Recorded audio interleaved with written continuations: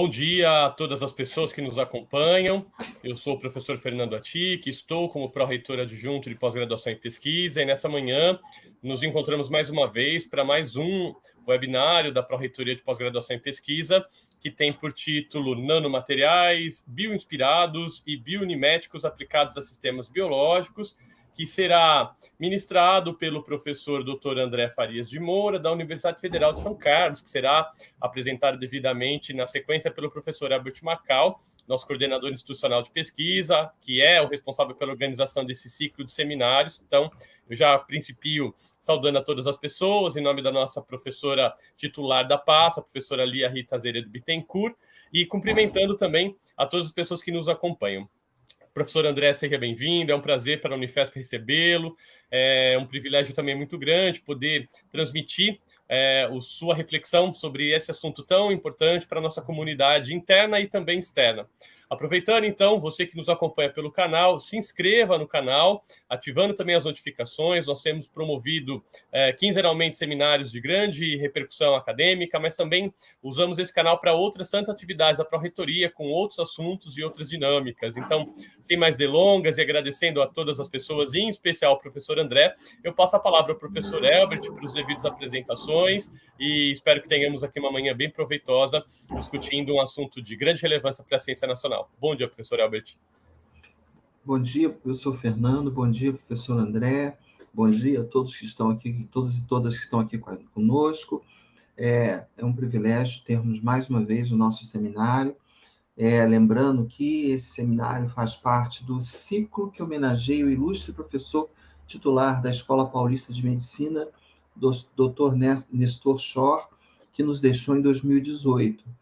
Falando um pouquinho dele, o professor Schor protagonizou várias contribuições de destaque em nefrologia, ocupando os cargos de pró-reitor de pós-graduação em pesquisa da Unifesp, presidente do Congresso Internacional de Nefrologia, presidente da Sociedade Paulista de Medicina Brasileira de Nefrologia, da Brasileira de Investigação Clínica e vice-presidente da Sociedade Latino-Americana de Nefrologia e Hipertensão, entre outros. Ele recebeu, ao longo de sua brilhante trajetória acadêmica, inúmeros prêmios nacionais e internacionais que reconheceram aí as suas importantes contribuições para a área. E hoje nós temos a honra e o privilégio de receber o professor Dr. André Farias de Moura, que ele é bacharel em Química pela Universidade de São Paulo, doutor em Ciências pela Universidade Federal de São Carlos e fez pós-doc na USP.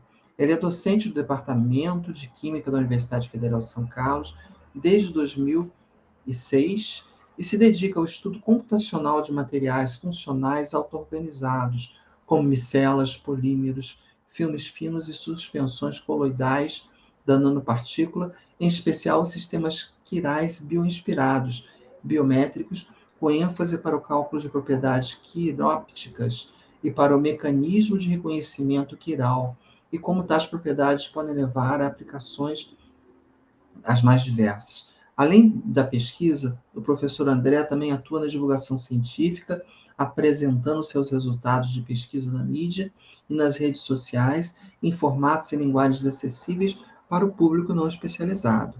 Então, novamente, é um prazer, um privilégio, uma honra. Temos o senhor aqui conosco, o professor André, e o nosso vídeo aí, o nosso palco virtual, é seu para as suas reflexões, para o seu seminário. Obrigado, professor André. Muito obrigado, Albert, pela apresentação. Obrigado, Fernando. É um prazer estar aqui. Por um lado, a gente queria estar presencialmente, mas a Unifesp, como tem vários campi, eu ia ter que escolher. Aqui, pelo menos, eu posso democratizar e falar com todo mundo ao mesmo tempo, inclusive pessoas de outras comunidades. Eu divulguei no meu Facebook, no meu Twitter, imagino que tem gente assistindo de muitos lugares. Então, eu vou começar aqui compartilhando a minha tela. Quero mostrar para vocês um pouco do que a gente vem fazendo aqui no meu laboratório, no meu grupo, já há um certo tempo. A primeira pergunta que eu queria fazer é se vocês enxergam a minha imagem, se o meu rosto aparece. Sim.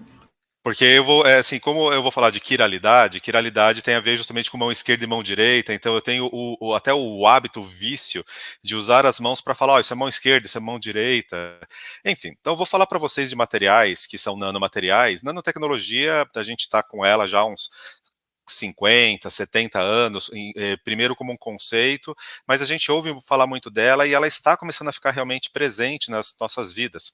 E o que a gente vem fazendo nos últimos 20 anos, mais ou menos, é olhando para os sistemas naturais, sistemas biológicos eles são complexos e eles são funcionais, funcionam. Células, tecidos, organismos inteiros, são os maiores exemplos que nós temos de estruturas complexas e que funcionam.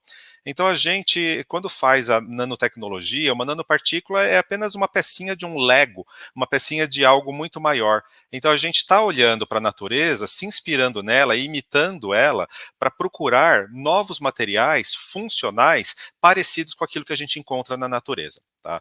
Então, a título de introdução, eu vou começar falando de quiralidade. A palavra quiros, em grego, é mão. Mão esquerda e mão direita é o maior exemplo, o melhor exemplo que eu posso dar para todo mundo do que é quiralidade, porque as duas mãos, elas são aparentemente iguais, mas nem tanto, porque a mão esquerda e a mão direita, a gente mesmo, assim, quem é destro e canhoto, sabe que para usar a outra mão é mais difícil, ela não faz as mesmas coisas. Se eu te dou a minha mão direita para te cumprimentar, se você me cumprimenta com a sua mão direita, funciona. Se você me der a esquerda com a direita não encaixa bem. Então a gente tem uma noção, uma intuição de que elas são iguais, porém diferentes. Elas são a imagem no espelho uma da outra, mas elas não se sobrepõem. Eu não consigo sobrepor as duas de um jeito em que elas são a mesma coisa. Elas são parecidas, mas elas não são iguais. Quando eu falo de quiralidade, ela está em todos os lugares. Eu vou inverter, normalmente eu começo mostrando na natureza, mas isso é uma criação humana. Essas colunas que estão mais ou menos na Síria, o lugar onde estão essas colunas, elas são do período clássico greco-romano e você vê que elas têm uma ranhura e essa ranhura sobe fazendo uma espiral, como se fosse as ranhuras de um parafuso.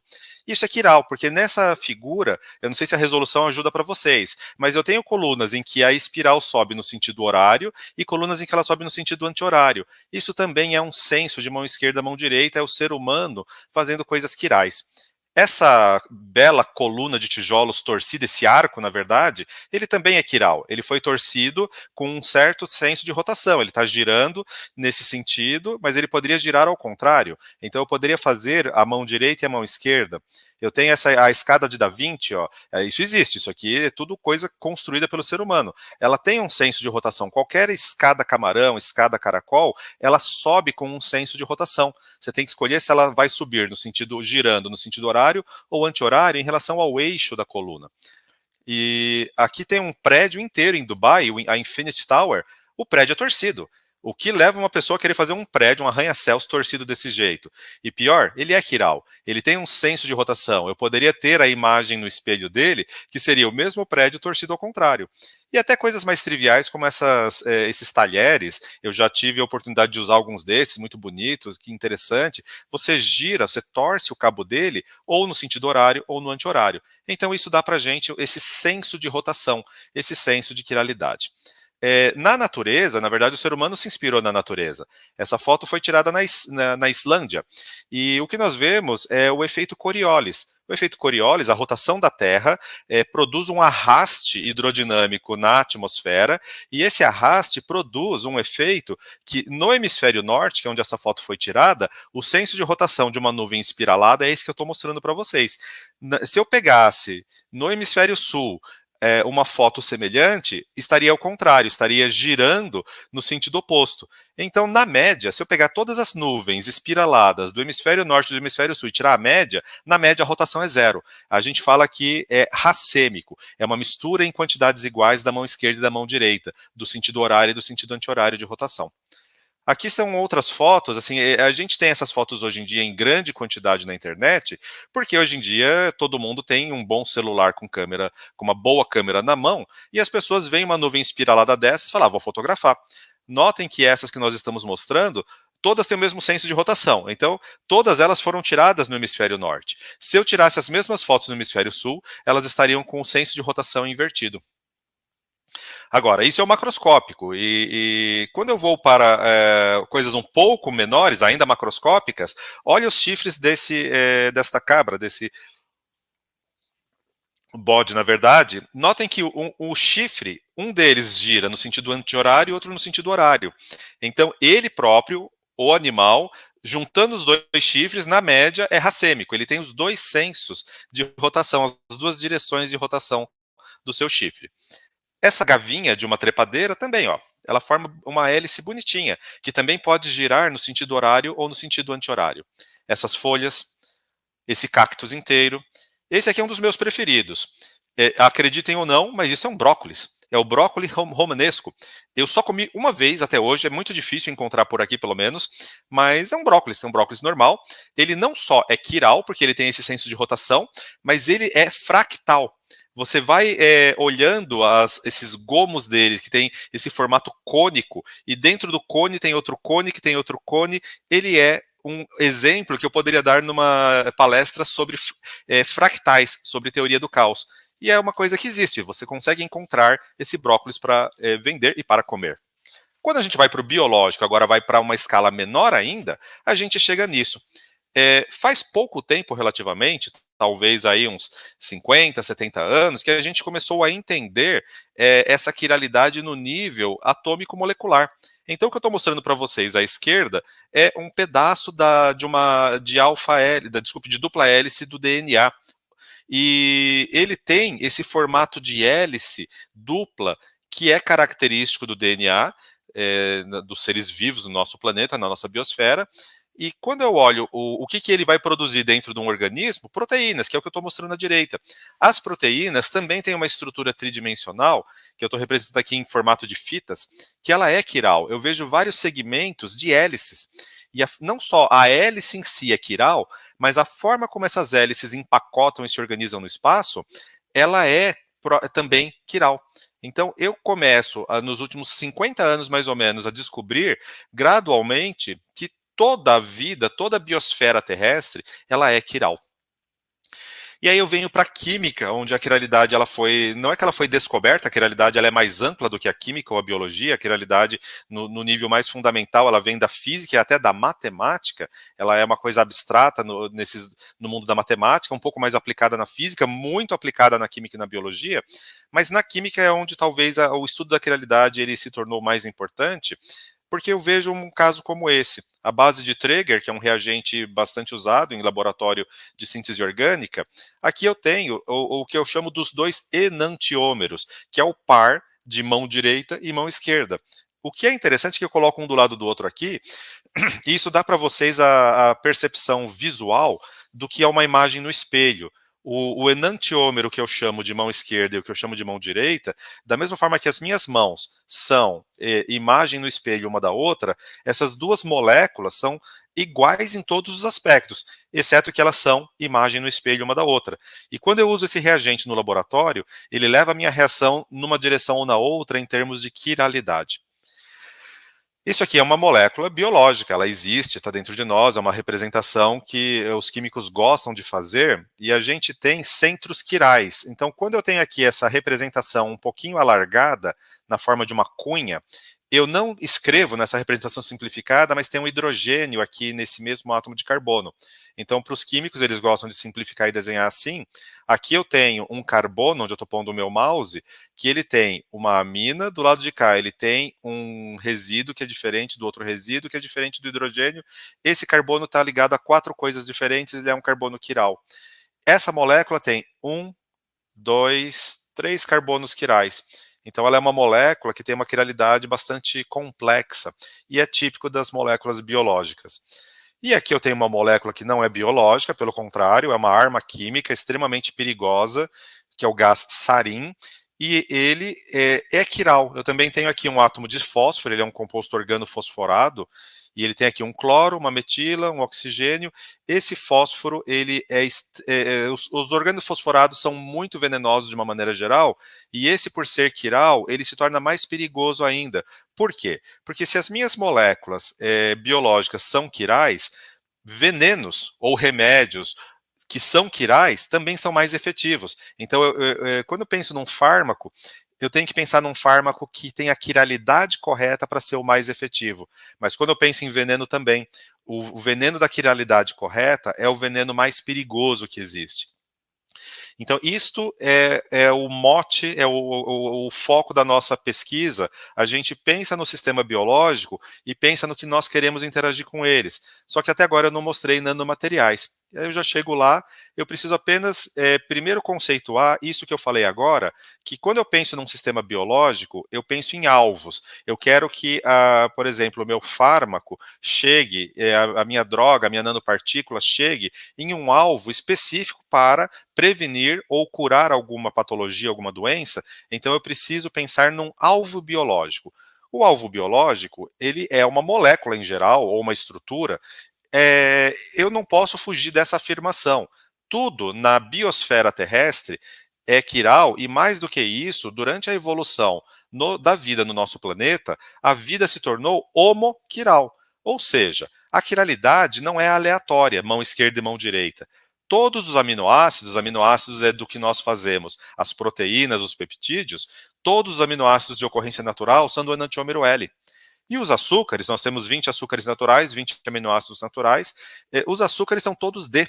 Então, por que um evoluiu para L e outro para D? Bom, isso é um debate em aberto, ele chega a ser mais filosófico do que científico, porque nós não temos como saber o que ocorreu nas origens, nos primórdios, antes da própria vida, assim, quando as moléculas da vida começaram a surgir no nosso planeta, para que das moléculas surgisse a vida, nós estamos jogando 4 bilhões de anos para trás, 3 bilhões de anos para trás.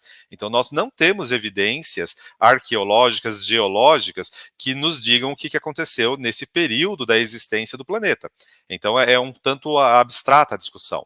Mas o que a gente sabe é que sim, a vida evoluiu dessa maneira, em que os aminoácidos são L e os açúcares são D.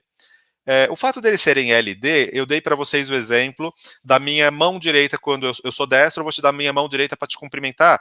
Se você me dá a sua mão direita, encaixa melhor do que a sua mão esquerda na minha mão direita. Então, isso a gente diz que a interação, o contato, ele é seletivo dependendo do enantiômero. Então, existe uma preferência de interação de enantiômeros entre si. Direita e esquerda interagem diferente entre si do que direita com direita ou esquerda com esquerda. E isso leva ao tal do mecanismo chave-fechadura, que é um termo geral que foi cunhado na biologia e mesmo na química para explicar essas interações preferenciais entre as mãos esquerda e direita das substâncias que estão interagindo. Tá? Quando eu vou desenhar, então, um nanomaterial, e aí a palavra desenho é uma palavra importante, eu vou pensar em alvo molecular. Esse alvo molecular biológico, às vezes é uma molécula, um alvo molecular, mas às vezes é uma estrutura biológica. Eu posso pensar numa membrana inteira de uma célula.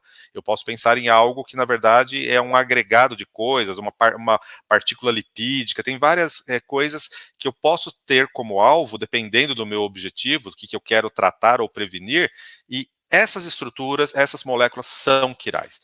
Então eu tenho que pensar a quiralidade do meu nanomaterial. E tem um problema que, da mesma forma que eu não sei dizer porque na natureza os aminoácidos evoluíram para serem todos L e os açúcares para serem D, mão direita, mão esquerda, eu não consigo prever, antecipar se o nanomaterial que vai funcionar melhor é um nanomaterial do tipo mão esquerda ou mão direita. Eu vou ter que testar os dois sempre, inclusive a mistura deles, que é o que eu chamo de racêmico. Porque eu não sei dizer a priori qual deles que vai ter a melhor seletividade e, portanto, qual deles vai funcionar melhor. O outro pode, inclusive, ser veneno, pode ser deletério. Então, eu tenho que tomar muito cuidado com isso.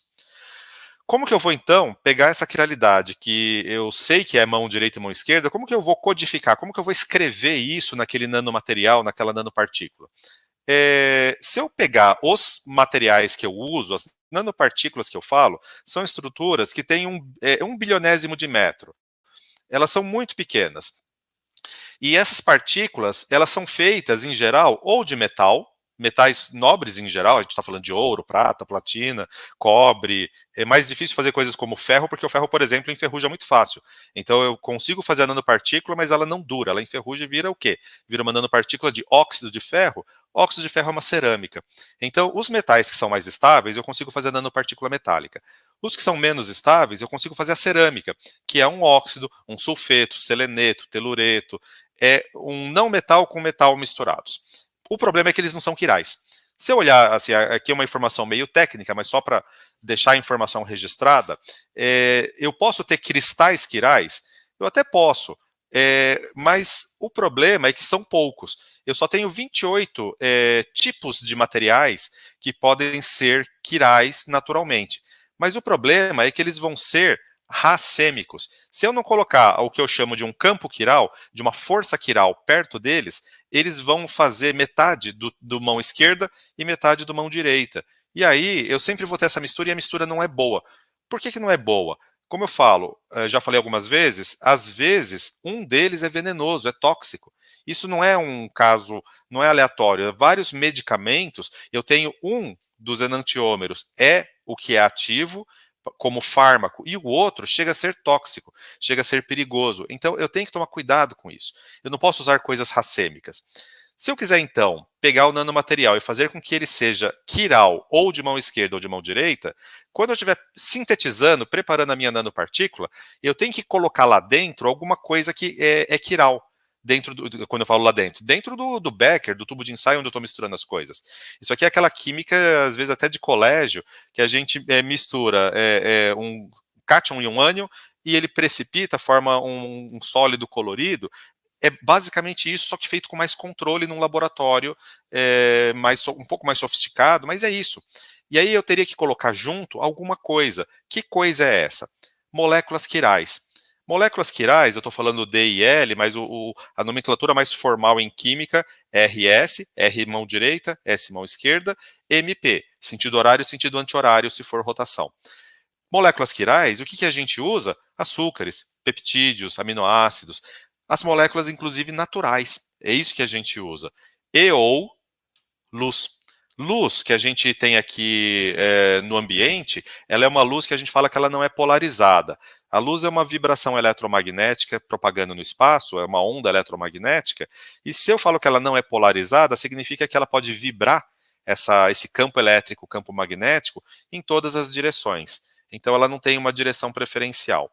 Se você pega uma luz que reflete numa superfície, essa luz é linearmente polarizada. Por isso que o óculos escuro muitas vezes vem escrito que ele tem um polarizador. Ele filtra essa luz refletida para te ofuscar menos. Mas essa luz não é quiral. Se eu pegar essa luz e tratar ela passando por filtros, que eu chamo de polarizadores, eu pego um filtro de meia onda de 1/4 de onda, conecto eles e eu faço luz circularmente polarizada. Uma delas gira o campo eletromagnético para a esquerda, outra gira para a direita. E aí eu tenho a luz, a sigla, o R é de mão direita em inglês, o L de mão esquerda em inglês. Eu tenho a luz que pode ser polarizada à esquerda e à direita. Então eu consigo, usando não precisa nem ser um laser, pode ser muitas vezes apenas uma lâmpada mais potente, mas desde que eu passe por esse filtro para a luz ficar polarizada, uma luz LED, por exemplo, funcionaria. Essa luz LED vai me permitir fazer essa luz ficar circularmente polarizada. E ela introduz quiralidade na minha nanopartícula. Tá bem? Os nanomateriais quirais, a gente já conhece eles não há muito tempo, mas coloca 20 anos para cá, mais ou menos. 20 anos para cá a gente conhece nanomateriais quirais, tanto que a gente publicou esse artigo de revisão em 2017. Se você pegar esse artigo, você vai encontrar aí, talvez, não lembro, 200, 300 referências, artigos, que até aquela data haviam sido publicados sobre materiais quirais, nanomateriais quirais. E de lá para cá, muito mais coisa foi feito, então eu mostro para vocês coisas que nós fizemos depois desse trabalho. Essa nanopartícula de telureto de cádmio, funcionalizado com cisteína, ela funciona como uma enzima sintética, uma enzima artificial, uma nanosima. Ela ela atua como uma endonuclease. Ela é capaz de cortar uma dupla fita de DNA em um sítio de restrição, da mesma forma que uma endonuclease natural faria. O sítio de restrição, ali vocês veem as letras GAT, ATC, ele é um panlíndromo, lembra que você tem o pareamento das bases, se você faz a fita complementar, ela é a mesma sequência na direção contrária. Então, onde ele vai cortar? Ele sempre corta na posição entre o T e o A central desse palíndromo, dessa sequência que é o sítio de restrição. E só corta se estiver no meio, se estiver na ponta não corta. Então ele funciona exatamente como uma endonuclease funcionaria, a gente estudou isso experimentalmente, computacionalmente, e conseguimos demonstrar o mecanismo de funcionamento desse nanomaterial quiral. Esse outro nanomaterial, ali em cima você tem nas letras D e E, as fotos dos dois enantiômeros, o D e o L. Basicamente é um nanomaterial em que eu tenho ouro funcionalizado com cisteína e ele forma folhas e folhas torcidas.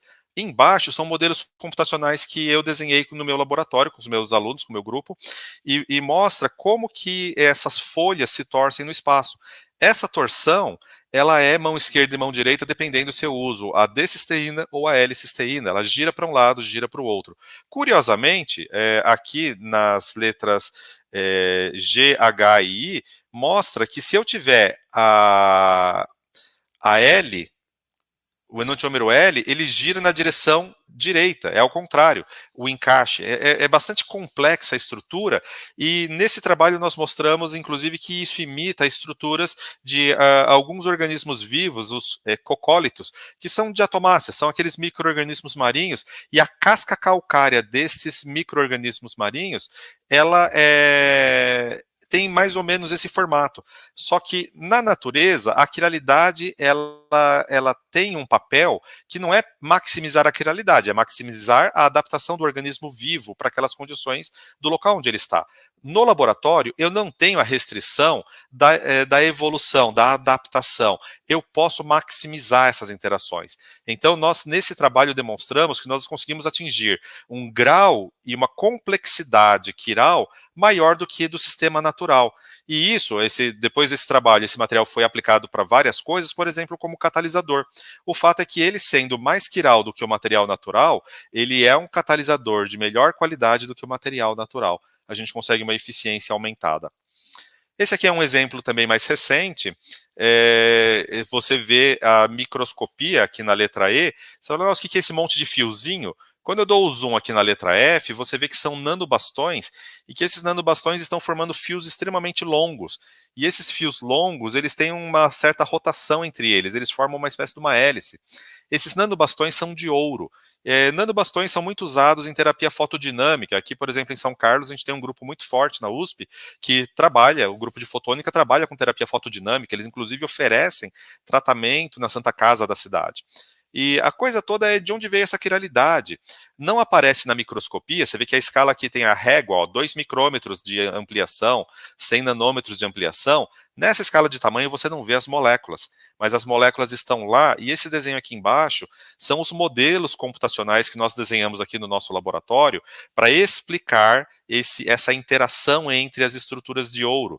Então, aqui eu mostro nesse último desenho, duas superfícies marcadas em cinza, são duas superfícies de ouro, e elas estão interagindo com peptídeos. Esse peptídeo é um peptídeo que ocorre no nosso corpo, é o HIAPP, esse peptídeo, quando eu estou saudável, ele tem uma conformação mais ou menos igual eu estou vendo aqui, mas ele forma fibrilas em doenças como câncer de pâncreas, Alzheimer, Parkinson. Tem uma série de patologias humanas que esse aminoácido, esse peptídeo, ele se cristaliza dentro do corpo e forma fibras. E essas fibras, é claro, não é muito claro se elas são apenas um sintoma ou se elas fazem parte da patologia. Se a presença da fibra é o que causa a necrose, é o que causa a doença autoimune, é o que causa a resposta autoimune.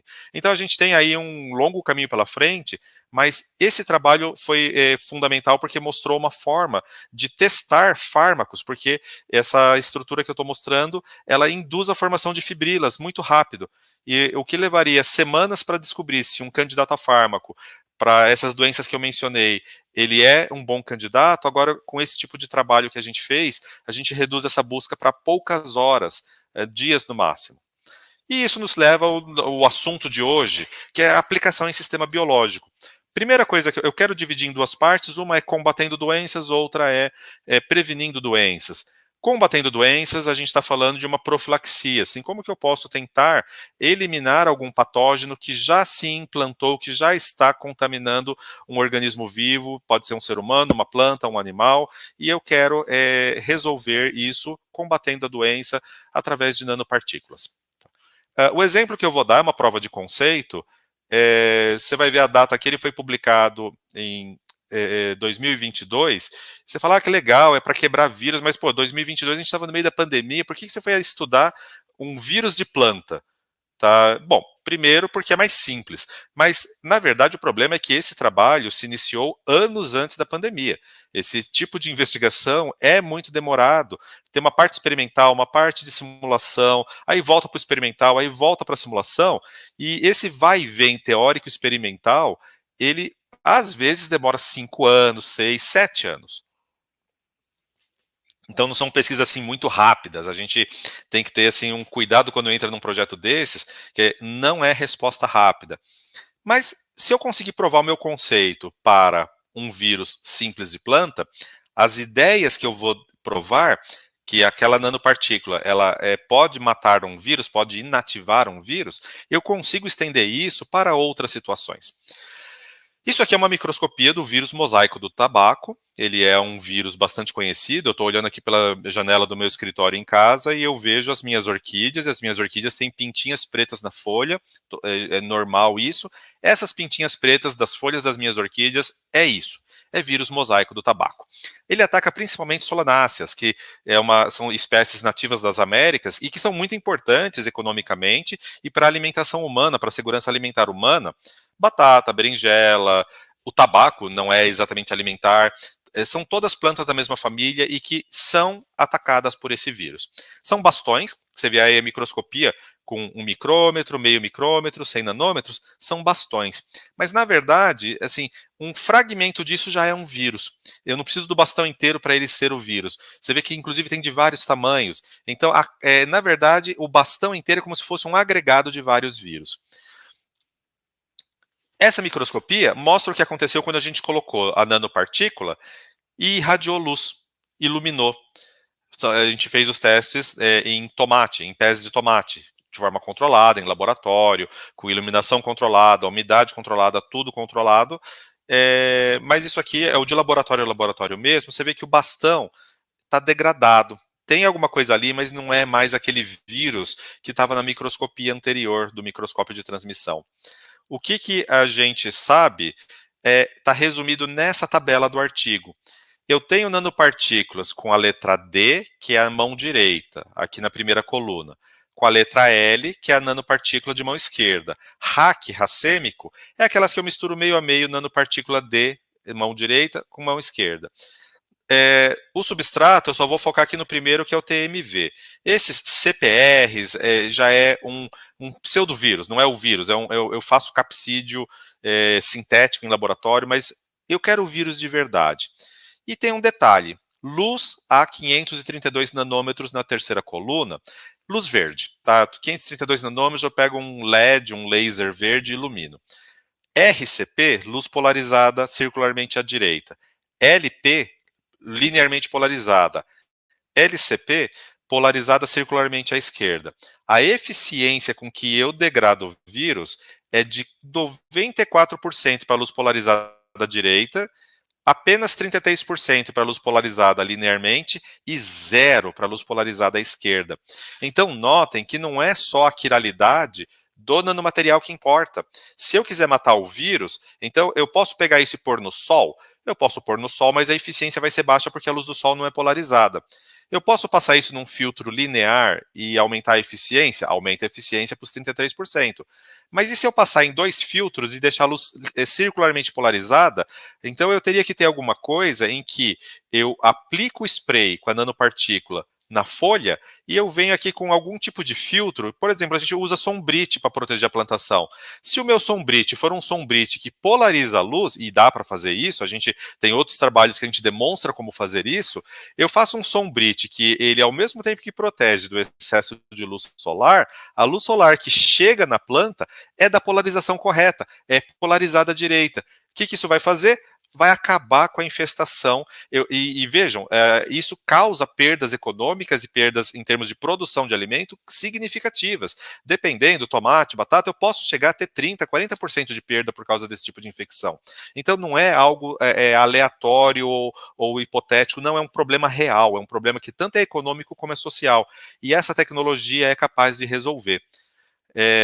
O que a gente fez a seguir, que é o que eu faço, é a modelagem.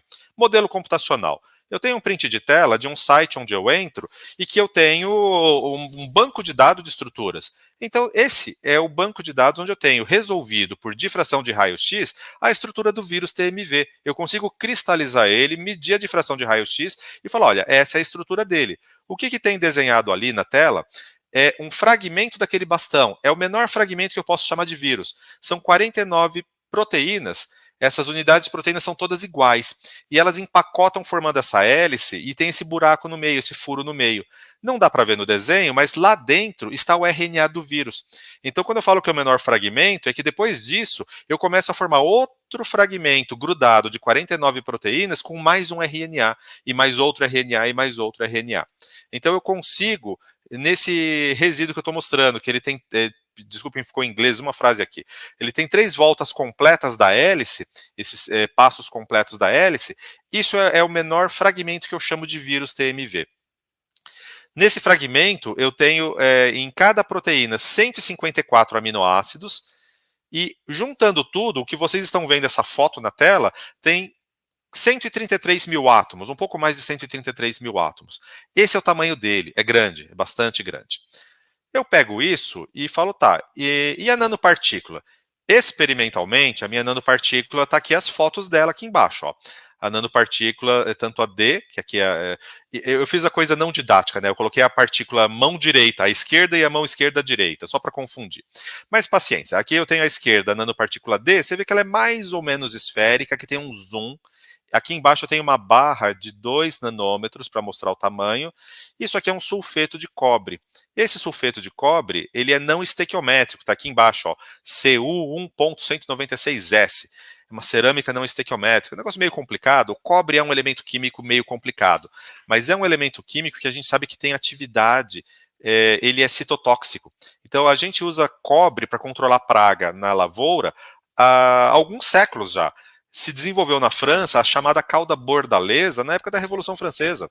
A cauda bordaleza é um sulfato de cobre misturado com cal, água, tem todo um jeito de fazer, mas basicamente é cobre. E ele mata fungo? Sim, ele mata fungo, mata vírus, ele inativa uma série de patógenos porque ele é citotóxico. Ele, em geral, não mata a planta na quantidade, mas o fato é que é muito concentrado. Aqui o nosso objetivo é fazer algo mais eficiente do que essa tal cauda bordaleza. Essas nanopartículas, então, ó, 2 nanômetros, a barra, ela tem mais ou menos 4 nanômetros de tamanho. E ela é funcionalizada com essa molécula que está desenhada aqui, que é a penicilamina. Então eu vou pegar isso aqui e vou desenhar meu modelo. Está aqui meu modelo. Eu pego a minha, no banco de dados cristalográfico, esse código aqui, 9008288, que é um material com essa fórmula aqui, 31 átomos de cobre, 16 de enxofre, e um nome complicado que é uma djurleíta. A pessoa que descobre e dá o nome, eu não posso fazer nada, a pessoa chamou com esse nome complicado. E faço otimização de geometria quântica, usando, aqui, de novo, a expressão técnica para ficar correto, usando o hamiltoniano GFN1-XTB no programa XTB. Mas o que importa é isso que está desenhado aqui do lado, é essa estrutura. Ela é realista, ela é do tamanho que vocês viram naquela foto, naquela microscopia. Ela tem o mesmo tamanho, ela tem a mesma forma, ela tem a mesma composição. Então, hoje, a gente consegue desenhar nanopartículas que são realistas, são iguais àquilo que eu vejo no meu microscópio de transmissão. E eu vou calcular o tal do espectro de dicroísmo circular. A gente tem a espectroscopia, uma ferramenta muito poderosa em ciências físicas, químicas e biológicas, para a gente ver como que a matéria interage com a luz. Essa interação luz-matéria parece que é importante aqui, por quê? Porque eu vi no resultado experimental que eu preciso jogar luz e a luz tem que ser polarizada de um jeito certo para funcionar. Então eu tenho que fazer esse tal do espectro de dicroísmo, porque ele justamente identifica como que interage com a mão direita e com a mão esquerda da luz, a nanopartícula de mão esquerda e mão direita. É isso que faz o dicroísmo circular nesse experimento. O dicroísmo é um gráfico desse jeito. À esquerda eu tenho o dicroísmo experimental.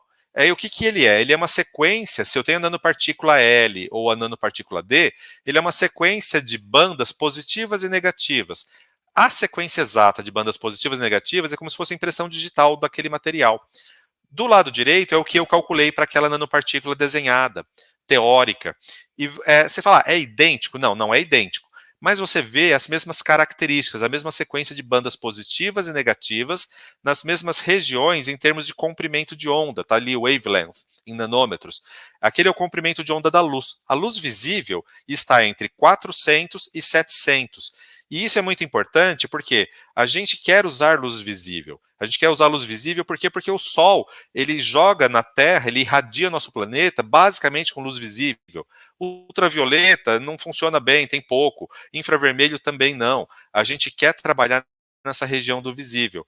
Lembra que ali é 532, ó, é mais ou menos aqui a radiação que a gente está usando, que é próximo de onde tem essa banda mais intensa do dicroísmo. Isso valida meu modelo, aí eu pego e jogo ele no vírus, no TMV. Essa é uma foto do que é o meu modelo computacional, uma caixa cúbica. Dentro dessa caixa eu coloco o meu vírus, o meu fragmento, aquele que eu mostrei, e coloquei 7 unidades da nanopartícula aleatoriamente. Eu não sei qual delas vai interagir melhor em qual posição, eu coloco algumas. E coloco 300 mil moléculas de água. Isso é grande, assim, quem faz simulação sabe que 1 milhão de átomos é muito grande. Eu preciso de um supercomputador, eu só consigo fazer isso porque eu tenho acesso ao Santos Dumont, lá em Petrópolis, para fazer esse tipo de cálculo, para usar milhares e milhares de processadores durante semanas, às vezes meses. E isso chegou numa escala de tempo de 250 nanosegundos, um quarto de microsegundo, tá? Aqui, infelizmente, não está funcionando, não está dando play. Então, eu vou mostrar para vocês o vídeo fora, depois eu volto. É o meu gráfico de dicroísmo, e aqui embaixo é a nanopartícula que entrou no poro e os aminoácidos da proteína que vai ser rompida, vai ser hidrolisada pela ação da nanopartícula, que é isso que é a inativação. A inativação se dá pela hidrólise da proteína da capa, do capsídeo. Quando eu dou o play aqui, o que você vai ver? Perdão. É um monte de curvas vermelhas e azuis. O que funciona é o D, não é o L. O importante, quando eu chegar aqui em 500 e pouco, eu vou parei. Essa é a figura importante de todos esses, que mostra que eu tenho aqui uma região azul. Azul é a região onde saiu o elétron quando absorveu a luz, e vermelho é para onde ele foi. E onde saiu o elétron é onde eu vou enfraquecer as ligações químicas, porque as ligações químicas são feitas de elétrons. Se eu enfraqueço nessa região, o que eu tenho nessa região? Eu tenho as minhas proteínas. E daqui a pouco eu vou mostrar que não só tem a proteína, mas isso vai afetar especificamente uma ligação química que me interessa. E aqui, quando eu olho para o enantiômero, para a mão esquerda, o L-penicilamina, nessa cor, que é o verde, 532 nanômetros, eu não vejo nada interessante acontecendo. Ele está numa região que tem nanopartícula, tem água, tem sódio, mas não é onde está a minha proteína. A minha proteína está aqui embaixo e a curva azul e a curva vermelha estão longe da proteína. Então, isso explica por que dá certo com um e dá errado com o outro. Os dois interagem com a proteína, mas eles estão interagindo, um de maneira eficiente e o outro de maneira ineficiente. Essa superfície azul e vermelha que está ali é um pouco mais complicado do que eu estou mostrando, mas ela é responsável pela produção de radicais livres de espécies reativas de oxigênio. Elas têm que ser produzidas no lugar onde elas vão ser usadas para ter um efeito específico. Se não, é igual pegar água oxigenada e jogar no machucado. Você mais queima a tua pele, os músculos, do que o próprio onde você quer inativar uma bactéria que entrou no corte. O resto é queimadura. Então, se eu não tomar cuidado com radical livre, que é igual água oxigenada, eu gasto um monte, estrago tudo, em coisas que eu não preciso. Eu preciso produzir o radical livre, a espécie reativa de oxigênio, no lugar onde ela vai ser usada. E é isso que a nanopartícula me permite fazer. Tá? Aqui eu dou um zoom e mostro para vocês o que acontece quando eu tenho a D-penicilamina e a L-penicilamina, o mão direita e o mão esquerda. De novo, eu fiz a coisa não muito didática, que é colocar o da direita à esquerda e vice-versa. Mas tudo bem. Onde que a gente vê ocorrer a hidrólise da proteína é entre os resíduos de asparagina 101 e prolina 102. É específico, é uma ligação peptídica que é rompida. Eu sei isso porque depois eu pego aquele lisado de vírus e passo ele numa eletroforese em gel, depois passo numa cromatografia, eu analiso e sempre quebra no mesmo lugar. É sempre entre os resíduos 101 e 102. É essa ligação química que eu estou mostrando aqui em vermelho. Essa ligação que eu estou mostrando aqui em vermelho é exatamente onde vai quebrar, e é aqui que ocorre a perda da densidade eletrônica. Esse vermelho indica que eu perdi densidade eletrônica aqui. Aqui embaixo tem aqui, ó, vermelho, menos 0,002 E é a carga do fundamental. Então aqui é onde eu perdi carga eletrônica, eu enfraqueci a ligação química. Tem outros cálculos que a gente faz que demonstram isso e explica não só que a água vai hidrolisar, ó, aqui do lado tem a molécula de água que vai participar dessa hidrólise, ela já está aqui esperando o enfraquecimento da ligação química, mas isso fecha o mecanismo, explica por que é tão específico, porque as nanopartículas interagem diferente com as proteínas e interagem diferente com a luz, e enfraquece uma ligação específica, e tem a presença da água ali para fazer esse papel.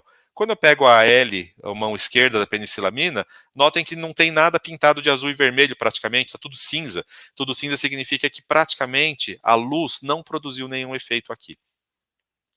Bom, é planta. Mas dá para fazer a mesma coisa para o SARS-CoV-2? A pandemia, a gente sabe que ela se resolveu pela via da vacina, não pela via das profilaxias, como a gente imaginava lá no começo. A gente, vamos fazer nanopartículas que inativam SARS-CoV-2. O fato é que em 2020, o meu grupo, os meus colaboradores, nós começamos a fazer isso para o SARS-CoV-2, e está aqui, ó, a foto experimental. Também é uma nanopartícula de cobre, de sulfeto de cobre, é outro tipo de sulfeto de cobre, tanto que o formato não é redondo, é um formato meio de gota. O pessoal do meu laboratório apelidou de nanopartícula coxinha. Curiosamente, os colaboradores nos Estados Unidos acharam fantástico chamar a nanopartícula de coxinha, eles vão chamar ela de coxinha. É uma criação brasileira, o meu colaborador, o Nicolas Kotov, adora comida brasileira. Então, enfim, a nanopartícula coxinha que vocês estão vendo, 5 nanômetros mais ou menos, ela, quando eu coloco para interagir com a proteína de spike, a nanopartícula L, ela pega a parte pontuda da nanopartícula e ela interage com as pontas em relação à proteína de spike, forma esse aglomerado.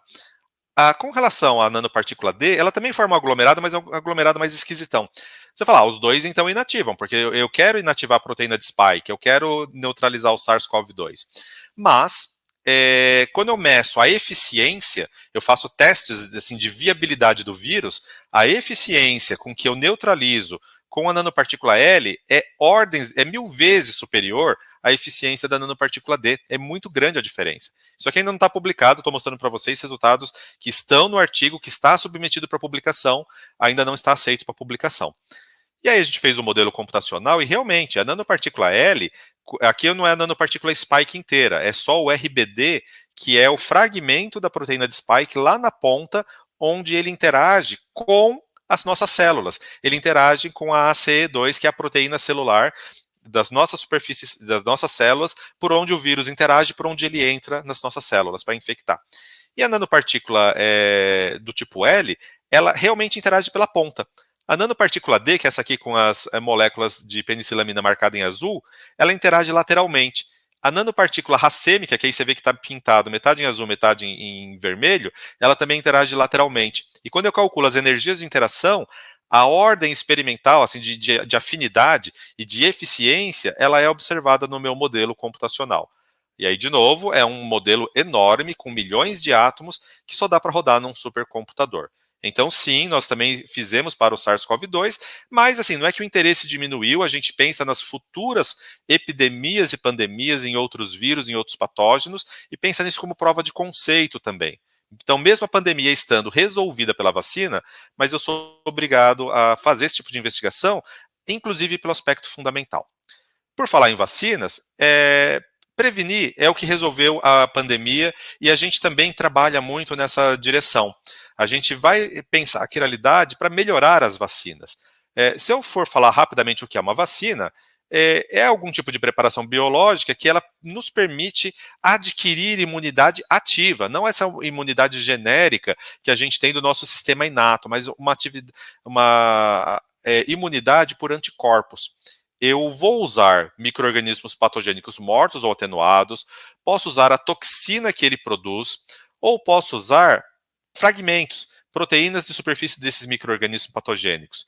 Nesse caso, nós inclusive aprendemos com o caso da vacina para COVID, que eu posso ter ou um micro-organismo não patogênico, então eu tenho um vírus que não é o SARS-CoV-2, mas eu modifico ele geneticamente para ele ter na sua superfície uma proteína que é do SARS-CoV-2.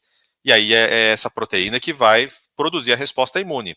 Ou eu posso fazer, o que ficou muito famoso, a grande novidade foram as vacinas do RNA mensageiro, do mRNA, em que elas, uma vez dentro do nosso corpo, vai lá no músculo, aplica, o nosso corpo reconhece aquele RNA mensageiro como sendo um RNA mensageiro, e o que ele faz? Expressa a proteína. Então nós vamos produzir a proteína no nosso corpo, nós vamos usar o nosso corpo como um laboratório biotecnológico para produzir a proteína, e essa proteína produzida no nosso corpo, localmente, no local da vacina, é o que vai levar o nosso sistema imune a produzir os anticorpos. E é importante salientar assim, a pandemia foi resolvida? Foi, mas é impressionante ver nas redes sociais que tem uma nova onda, dessa vez uma nova onda de pseudociência, de ignorância científica, questionando a eficácia ou a segurança das vacinas. É importante que a gente tenha isso claro. Não existe outra forma mais eficaz e segura de se combater doenças infecto-contagiosas. Ponto. A gente tem o nosso PNI, essa foto aqui eu tirei ano passado, ainda no antigo governo, não incluía a Covid, mas hoje já faz parte do PNI, a vacinação contra a Covid. O Brasil é um dos países do mundo que tem um programa de imunização mais amplo, mais abrangente e mais democrático do mundo. E a pergunta que para nós interessa é do que é feito vacina. Eu peguei isso aqui do CDC americano, e eu tenho coisas assim, desde preservantes para não estragar a vacina, para garantir que ela tenha uma vida útil, um prazo de validade suficiente. Eu preciso de estabilizantes, eu preciso principalmente do próprio princípio ativo, mas para mim o que interessa aqui são os adjuvantes. Os adjuvantes aqui está indicando exemplos, sais de alumínio. Para que serve? Perdão. Para aumentar a resposta imune da vacina no corpo. O que então é um adjuvante? Do latim, adjuvare significa ajudar. Eu peguei num site brasileiro, a frase está em inglês, eles pegaram de um imunologista famoso, Charles Janeway, que o adjuvante é o segredinho sujo do imunologista. Ninguém sabe muito bem como funciona, mas sabe que é importante. Desde 1920, há cerca de 100 anos, Gaston Ramon, Instituto Pasteur, fazendo pesquisa, ele percebeu que algumas vacinas formavam uma ferida, um abscesso com pus, e que quando formava esse abscesso com pus, aumentava a eficácia. Hoje a gente sabe, eles não sabiam ainda que havia anticorpos e não sabiam contabilizar anticorpos, mas o que a gente sabe hoje é que se forma essa ferida, essa inflamação, esse abscesso, isso aumenta a produção de anticorpos. Aqui só para vocês terem uma ideia, assim, todo mundo tem essa marquinha de vacina aqui no braço direito. Claro, você não necessariamente lembra, porque é aplicado na infância, mas para quem já aplicou nos seus filhos, sabe que é feio de ver. Forma uma pústula, e essa pústula vai formando ficando feia, e depois forma uma casca, leva muito tempo, leva semanas até cair a casquinha, tanto que fica uma ferida. Mas, apesar de tudo, isso é o que faz funcionar. O que é o adjuvante? É alguma coisa que o seu corpo não gosta. É um corpo estranho. Qualquer coisa que você colocar dentro do seu corpo produz uma resposta, produz uma rejeição. E é uma reação adversa. Então, aquele mal-estar que você tem da vacina é exatamente o adjuvante que está provocando. Ele está lá para isso, ele está lá para te dar um chute inicial no seu sistema imune, a resposta é inata. E é isso que vai fazer funcionar melhor a vacina. O mais comum é um sulfato duplo de alumínio e potássio, que é o alúmen. foi introduzido na década de 1920, moléculas orgânicas como esqualeno, um surfactante como polissorbato, comercialmente chamado como Twin 80, lipossomas, que são estruturas de lipídios relativamente grandes. Tudo isso produz uma irritação no local da vacina, literalmente.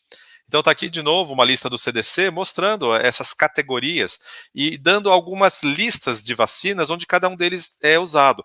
Notem que o alumínio ou sais de alumínio são o mais comum, tem uma lista enorme de vacinas ali. Quando eu venho para o Brasil, tem que olhar as nossas vacinas, isso aqui é do Butantan. Isso aqui é para a vacina difteria, tétano e pertussis, a tríplice. E aqui eu tenho, aqui na observação, adsorvido em hidróxido de alumínio hidratado e fosfato de alumínio. Esse é o adjuvante da vacina tríplice produzida pelo Butantan. Essa aqui é a vacina também do Butantan, a vacina de Covid inativada. Aí você vai procurar aqui, falando, tem isso. Aí você vai procurar dose injetável, antígeno, excipiente, hidróxido de alumínio, hidrogênio fosfato de sódio, dihidrogênio fosfato de sódio. Juntando esses três, você tem um gel de alumínio, por isso que é turvo. Você olha a vacina, ela não é transparente, ela é turva. Ela tem um gel de alumínio lá dentro, e tudo isso, o seu princípio ativo está adsorvido, está grudado nisso. Aí você tem aqui a da Biomanguinhos, o DNA recombinante. Você vai procurar aqui, ele também vai falar que tem excipiente, L-histidina, cloridato de L-histidina, cloreto de magnésio hexidratado, polissorbato 80. Juntando essas coisas que eu falei, todas juntas também formam um gel. Esse gel é o adjuvante. Não é novidade usar nanomaterial para isso. Esse aqui é um artigo publicado em 2018, um pouco antes da pandemia, e a resposta imune inata foi ativada por uma nanopartícula espinhuda, o spike. Tá aqui a nanopartícula, vê que ela é toda pontuda. Curiosamente, é como é o vírus do SARS-CoV-2. Essa estrutura, quando você coloca no corpo humano, ela produz uma resposta inflamatória. Esses inflamossomas, essa resposta inflamatória que vai acontecer, ela ativa a resposta imune do material que é o antígeno que vai gerar o anticorpo. Tá. Aí, o nosso ponto de partida é essa ideia, só que nós achamos que se a nanopartícula for quiral é melhor. E aí a gente vai introduzir quiralidade na nanopartícula, e aí você fala, foi feito para COVID, porque foi publicado em 22, não, é janeiro de 22, ainda nem... a gente, quando começou a pesquisa, nem sabia, não tinha noção de COVID. Então foi feito, na verdade, para H2N9, para uma variante da gripe. Foi demonstrado in vivo, in vitro, para uma variante da gripe. Da influenza. O que é a nossa nanopartícula? Nanopartículas de ouro.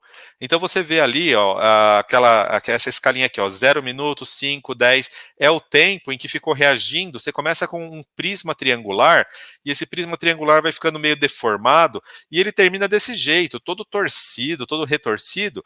Essa torção é a quiralidade da nanopartícula de ouro. Ouro é legal porque ouro não é tóxico. Eu posso pôr nanopartículas de ouro, apesar de ele dar uma resposta inflamatória, não é tóxico. Aí eu faço com o meu aminoácido D com o aminoácido L, e aqui mostro assim, que a interação dele com a luz, que é o tal do dicroísmo, e essas curvas coloridas bonitas são campos eletromagnéticos.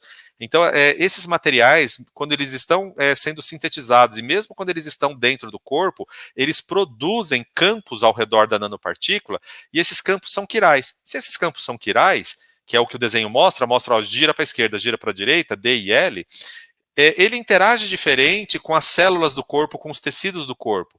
Então ele vai produzir uma resposta inflamatória diferente se ele for D ou L por causa desse campo eletromagnético. Eu sei que parece meio esotérico, parece uma aura. Não, isso não é aura, isso é calculado, isso é um campo eletromagnético. Eu estou mostrando ali em volts por metro, é campo elétrico isso. Esse campo elétrico, ele vai dar uma resposta diferenciada para uma nanopartícula e para outra.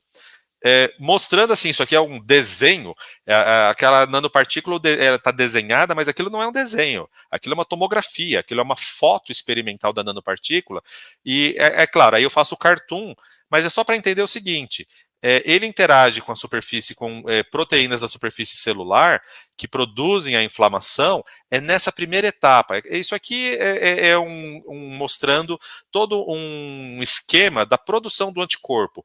Ele não atua, a nanopartícula, na produção do anticorpo. Ele atua nessa primeira etapa, que é da resposta imune inata, que ela não é específica. Então eu vou começar a produzir os anticorpos depois, mas num tecido muscular onde foi aplicada a vacina, que está inflamado pela presença de uma nanopartícula quiral.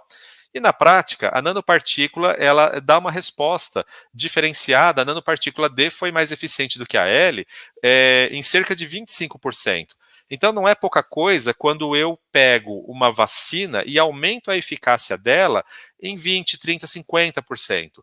Nós não chegamos lá ainda. Do jeito que está, do ponto de vista, existem questões econômicas. Do ponto de vista econômico, muitas vezes é mais barato você pegar uma dose atualizada, em que você atualiza o anticorpo, o antígeno, e com isso produz uma resposta de anticorpo atualizada, é mais barato e a logística é mais simples do que você começar a produzir com um novo adjuvante, porque se você mudar a formulação, você tem que voltar em todo o processo de validação. E aí você tem que repetir várias etapas para provar a segurança e a eficácia. Então isso encarece e dificulta a logística.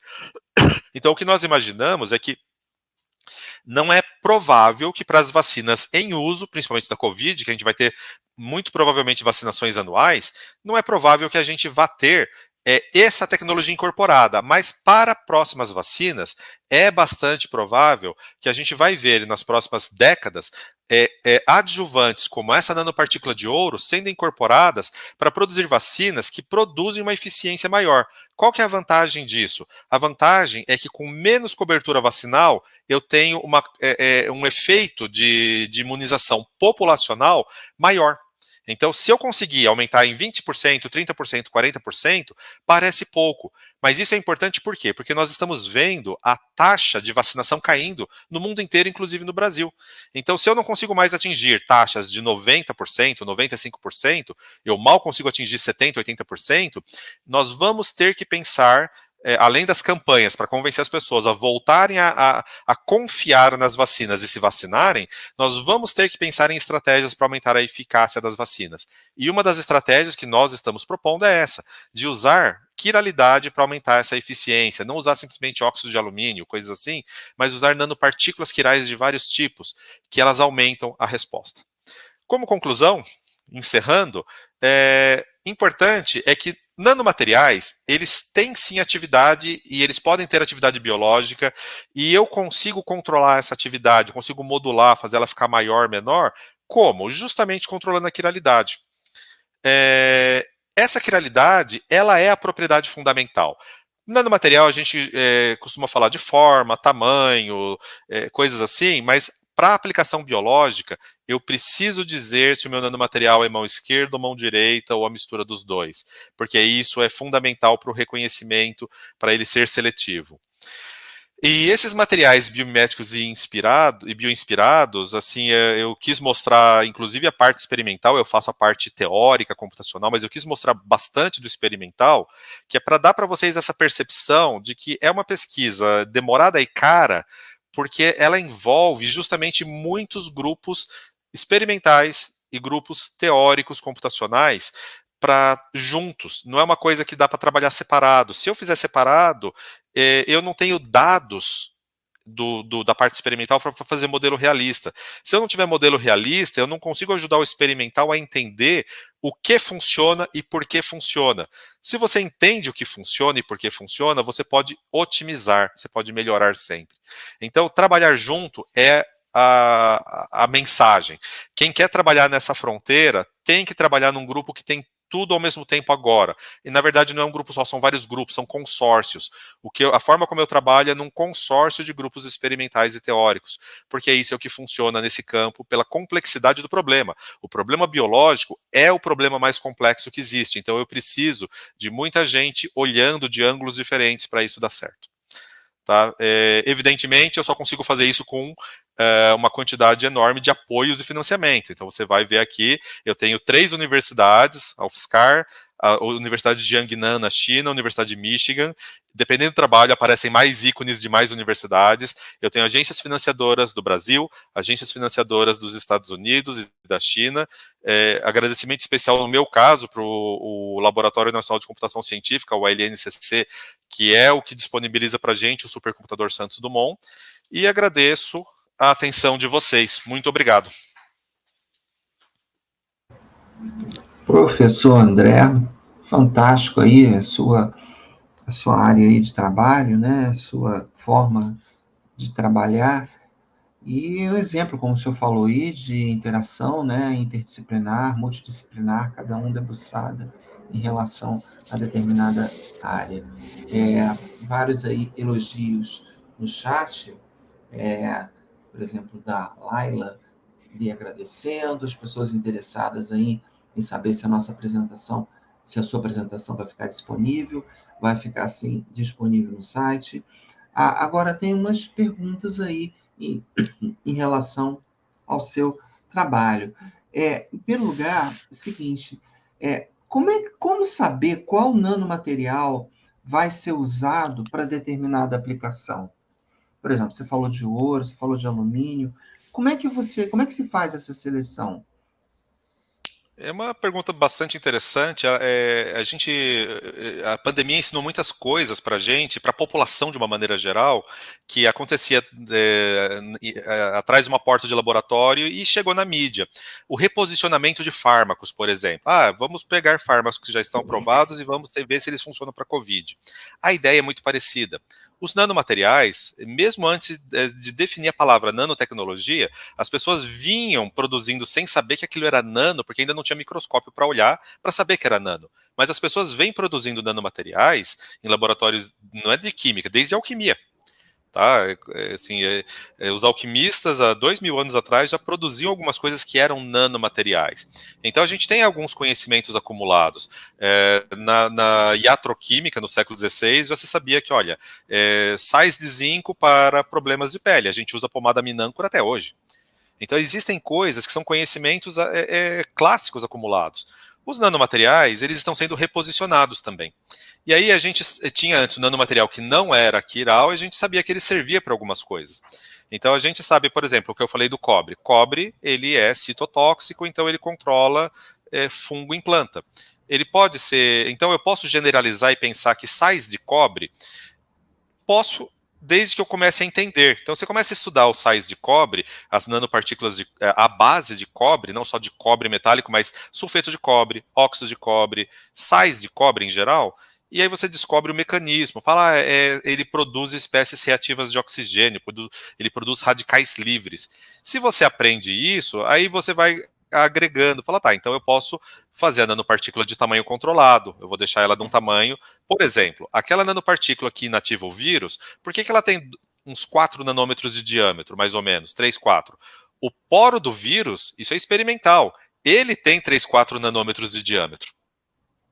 Então, se eu fizer uma nanopartícula que cabe lá dentro, ela é a melhor nanopartícula que eu posso ter. E isso foi experimental, mas assim, eles já sabiam, quando foram sintetizar, eu preciso controlar o tamanho para ter essa faixa de tamanho de 3, 4 nanômetros para caber no poro.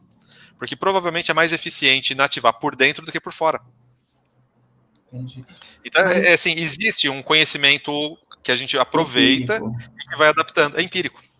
E a parte computacional ajuda a acertar, né? Agora, na construção do material, como é que se faz para que ele fique para a direita ou para a esquerda?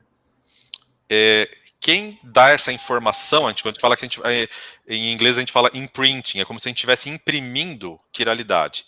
É a molécula que eu vou usar. Então, na síntese, eu vou pegar lá, por exemplo, a penicilamina, que é esse caso do vírus, essa penicilamina, que é um aminoácido, ele no laboratório, ou eu sintetizo ele ou eu compro. Eu vou lá na Sigma Aldrich e compro, falo, olha, eu quero o D e quero o L. E aí eu tenho os dois. Um deles vai imprimir quiralidade de mão esquerda, outro de mão direita. Aí a outra coisa que dá para fazer, a síntese, ela pode ser com luz. A luz às vezes ajuda a síntese. Ela é fotoativada. Se eu usar luz circularmente polarizada à esquerda e à direita, também imprime quiralidade. E aí é engraçado porque aí é análise combinatória. Se eu tenho a molécula, mão esquerda e mão direita, e a luz também é mão esquerda e mão direita, eu tenho 4 combinações de quiralidade que eu posso usar. E, de novo, é empírico. A gente não sabe qual dessas 4 combinações vai dar a melhor resposta. A gente testa as 4. Então, experimentalmente, é um trabalho muito grande. Assim, a pessoa vai para a bancada, porque aminoácido. A penicilamina nem é um dos aminoácidos essenciais das proteínas. Ela é natural, mas não é... Pega só os de proteínas, são 20 aminoácidos. Imagina eu fazer análise combinatória de 20 aminoácidos de mão esquerda, 20 de mão direita, e combinando com luz polarizada esquerda-direita. Eles fazem. Faz a síntese da nanopartícula com todos os aminoácidos e a combinação de luz. Então, na hora de publicar o artigo, só vai o que deu certo. Tá? Então, quando chega para mim, que vou fazer o modelo, eu não tenho como fazer todos esses modelos. Essa combinação de 20 aminoácidos esquerda-direita com luz esquerda-direita. Então, eles fazem experimentalmente esse screening para saber qual que vai dar mais certo, pega só o que dá mais certo, e aí eu começo a trabalhar em cima dele o modelo. Bom, e aí também entra a simulação, né, computacional, né? Sim. Agora, e também propriedades de resistência. Por exemplo, grafeno, nanomateriais de carbono, essa parte de quiralidade, ela também é importante?